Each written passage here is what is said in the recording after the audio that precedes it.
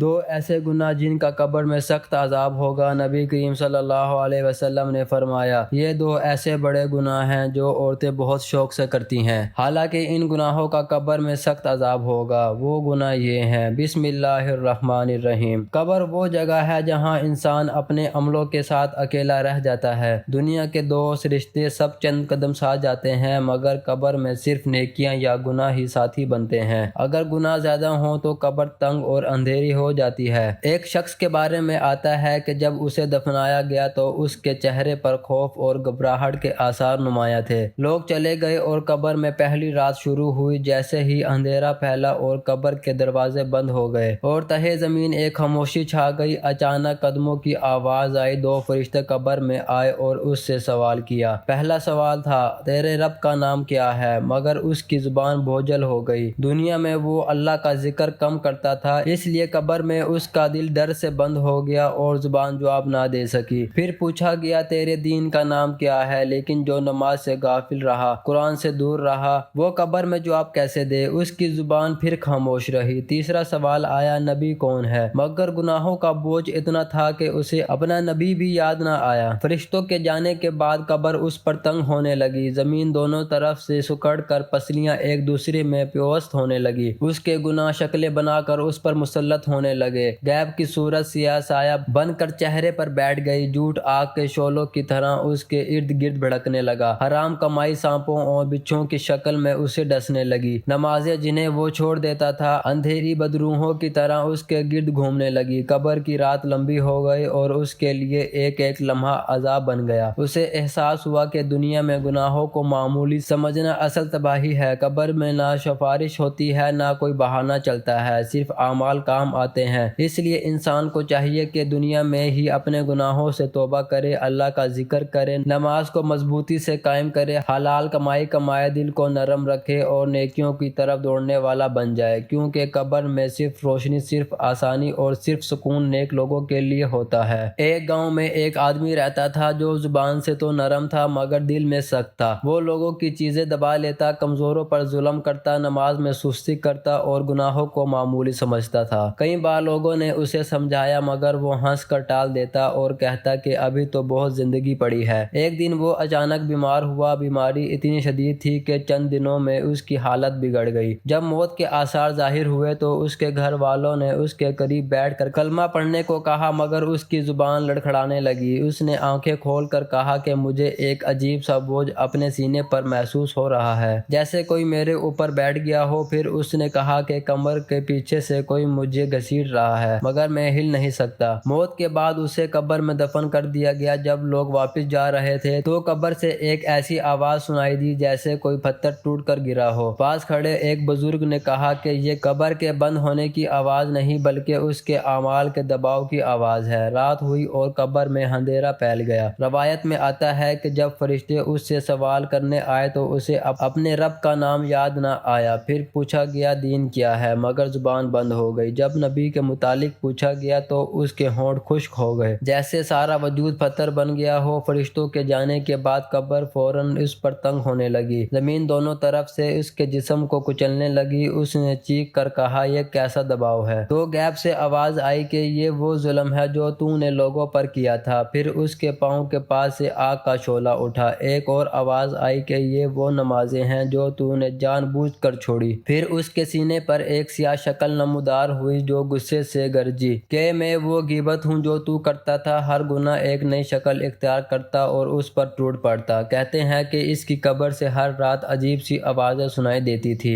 جیسے کوئی سخت عذاب ہو۔ لوگوں نے اس واقعے سے بہت عبرت پکڑی اور سب نے اپنے اعمال کی فکر شروع کر دی۔ اس گاؤں کے کئی لوگوں نے توبہ کی، بعض نے حرام کمائی چھوڑ دی، بعض نے نماز کی پابندی شروع کر دی، کیونکہ انہوں نے اپنی آنکھوں سے دیکھا کہ قبر گناہوں کو معاف نہیں کرتی۔ حضرت محمد صلی اللہ علیہ وآلہ وسلم نے فرمایا، دو گناہ ایسے ہیں جس کی وجہ سے قبر میں بہت ہی زیادہ عذاب ہوگا۔ وہ دو گناہ کون سے ہیں؟ جاننے کے لیے اس ویڈیو کو آخر تک ضرور دیکھیے۔ انسان گناہوں کا پتلا ہے، اس سے ہر وقت چھوٹے بڑے گناہ سرزد ہوتے رہتے ہیں۔ بڑا سے بڑا متقی اور پرہیزگار شخص اس بات کا دعویٰ نہیں کر سکتا کہ وہ گناہوں سے بالکل پاک ہے یا اس سے کبھی کسی گناہ کا ارتکاب نہیں ہوا۔ لیکن ایک مومن اور غیر مومن میں فرق یہ ہے کہ مومن جب جب کسی گناہ کا مرتکب ہوتا ہے تو وہ فوراً اپنے رب کی جانب پلٹتا ہے اور اس سے مغفرت طلب کرتا ہے، جبکہ غیر مومن ایسا نہیں کرتا ہے۔ اسی کو حضرت عبداللہ بن مسعود نے اس طرح سے فرمایا، مومن اپنے گناہوں کو یوں دیکھتا ہے جیسے وہ ایک پہاڑ کے دامن میں بیٹھا ہو اور ڈرتا ہو کہ وہ اس پر گر نہ پڑے، اور فاجر اپنے گناہوں کو ایسے دیکھتا ہے گویا ایک مکھی تھی جو اس کی ناک پر بیٹھ گئی تھی اور جسے اس نے ہاتھ ہلا کر اڑا دیا۔ گناہ تو گناہ ہوتا ہے، چاہے چھوٹا ہو یا بڑا، لیکن دو گناہ ایسے ہیں کہ جس کی وجہ سے آپ کو قبر میں سخت عذاب ہوگا۔ وہ کون سے ہیں ہم آپ کو اس ویڈیو میں بتائیں گے۔ ہمارے پیارے نبی حضرت محمد مصطفیٰ صلی اللہ علیہ وآلہ وسلم نے ارشاد فرمایا کہ وہ ایک قبر کے قریب سے گزرے، دو قبریں تھیں۔ آپ صلی اللہ علیہ وسلم نے فرمایا کہ ان دونوں میں عذاب قبر ہو رہا ہے۔ آپ صلی اللہ علیہ وسلم نے فرمایا کہ ایسا گناہ نہیں جس کو لوگ بڑا سمجھتے ہوں، بلکہ ایسا گناہ ہے جو کہ بہت چھوٹا سمجھا جاتا ہے، اور اس گناہ کی وجہ سے اس کو عذاب قبر ہو رہا ہے۔ ناظرین، اللہ پاک کبھی بھی انسان کو صغیرہ گناہ کرنے پر آگ کا عذاب نہیں دیتے۔ تو حدیث شریف میں آتا ہے کہ بڑے گناہ کی وجہ سے نہیں ہو رہا، چھوٹے گناہ کی وجہ سے ہو رہا ہے، بلکہ ایسا بڑا جس کو لوگ بڑا سمجھتے ہوں۔ تبھی آگے حدیث میں آیا کہ خبردار، یہ بہت بڑے دو گناہ ہیں۔ ناظرین، ہماری یہ غلط فہمی ہے، بعض اوقات بہت سے گناہوں کو ہلکا سمجھتے ہیں، لیکن اللہ کی نظر میں دو گناہ بڑے ہوتے ہیں۔ ہم بڑا سمجھتے ہیں زنا کو، یقیناً یہ بڑا گناہ ہے۔ ہم بڑا سمجھتے ہیں شراب کو، یقیناً یہ بہت بڑا گناہ ہے۔ ہم بڑا سمجھتے ہیں قتل کرنے کو، یقیناً یہ بہت بڑا گناہ ہے۔ نماز قضا کرنا بہت بڑا گناہ ہے۔ شرک کرنا، والدین کو اذیت دینا، لیکن کچھ گناہ ایسے ہوتے ہیں جو ہوتے تو بہت بڑے ہیں لیکن سمجھے جاتے ہیں چھوٹے۔ تو اسی لیے آپ صلی اللہ علیہ وسلم نے فرمایا کہ ان دونوں قبروں کے اندر ان دونوں اشخاص کو ایسے دو بڑے گناہوں کی وجہ سے عذاب ہو رہا ہے جن کو یہ چھوٹا سمجھتے تھے۔ ان میں سے ایک، یہ پیشاب سے نہیں بچتے تھے، پیشاب سے احتیاط نہیں کرتے تھے۔ ابو ہریرہ رضی اللہ عنہ سے روایت ہے کہ رسول صلی اللہ علیہ وسلم نے فرمایا، پیشاب کے چھینٹوں سے بچو، کیونکہ عموماً قبر کا عذاب اسی وجہ سے ہوتا ہے۔ ناظرین، اسلام میں طہارت کی بہت عزت ہے۔ کہیں بھی کھڑے ہو کر پیشاب کر دیا اور چھینٹیں پڑ رہی ہیں اور آپ کو کوئی فکر نہیں ہے،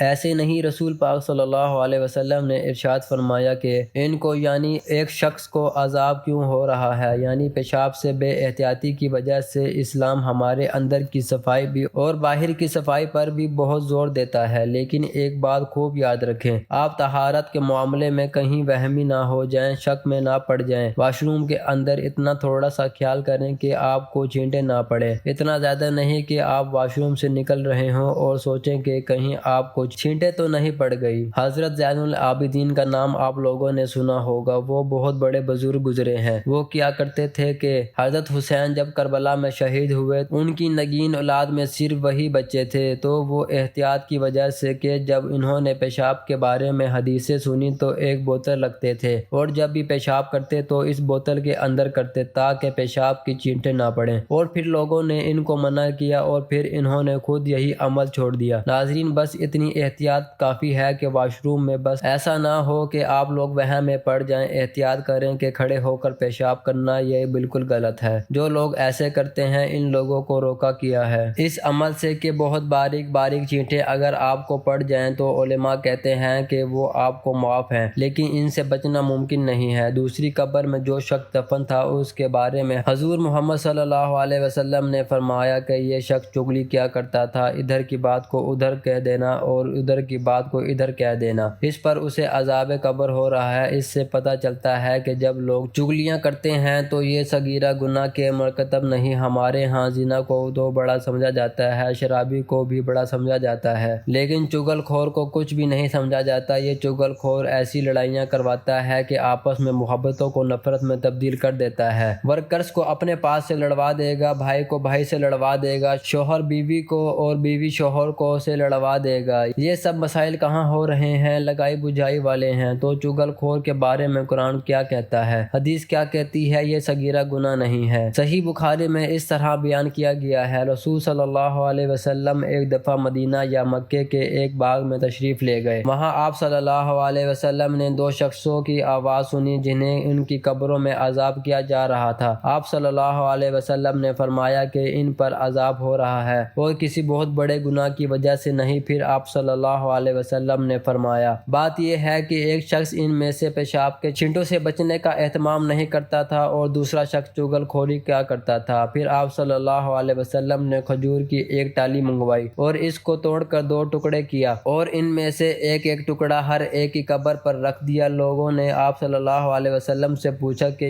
یا رسول اللہ، یہ آپ صلی اللہ علیہ وسلم نے کیوں کیا؟ یہ آپ صلی اللہ علیہ وسلم نے فرمایا، اس لیے کہ جب تک یہ ڈالیاں خوش ہوں، شاید اس وقت تک ان پر عذاب کم ہو جائے۔ نبی کریم صلی اللہ علیہ وسلم کے بعد صحابہ کرام کے دور میں رفتہ رفتہ جب امت مسلمہ کا زوال شروع ہوا تو بعض گناہ کو چھوٹا اور کم تر سمجھ کر نظر انداز کیا جانے لگا۔ حضرت عبادت بن کرتا رحمۃ اللہ علیہ اپنے شاگردوں سے مخاطب ہو کر فرماتے ہیں، تم ایسے کام کرتے ہو جو تمہاری نظروں میں بال سے بھی باریک ہوتے ہیں، جبکہ ہم انہیں رسول صلی اللہ علیہ وسلم کے زمانہ میں ہلاک کر دینے والے کام شمار کرتے تھے۔ آج ہماری یہ حالت ہے کہ ہم برابر چھوٹے بڑے گناہ کرتے رہتے ہیں، لیکن اس کو گناہ نہیں سمجھتے یا بہت معمولی گناہ سمجھ کر نظر انداز کر دیتے ہیں۔ جیسے آفس کی چیزوں کو خواہ وہ کتنی ہی معمولی ہی کیوں نہ ہو، ذاتی سمجھ کر استعمال کرنا خیانت اور گناہ ہے، لیکن ہم میں سے اکثر لوگ ایسا کرتے ہیں۔ ایسا اس لیے ہوتا ہے کہ ہمارے دلوں سے اللہ تعالیٰ پر یقین، جزا و سزا کا احساس اور حلال و حرام کی تمیز نکل چکی ہے۔ ایسی بہت سی احادیث پائی جاتی ہیں جس سے متعلق ہے تو ہمیں بچنا چاہیے چغل خوری سے اور کھڑے ہو کر پیشاب کرنے سے۔ میری اللہ سے دعا ہے کہ اللہ پاک مجھے اور آپ سب کو جو ہم نے کہا اور سنا ہے اس پر عمل کرنے کی توفیق عطا فرمائے، آمین یا رب العالمین۔ ناظرین، کمنٹ باکس میں اللہ تعالیٰ کے 99 ناموں میں سے ایک نام ضرور ٹائپ کریں۔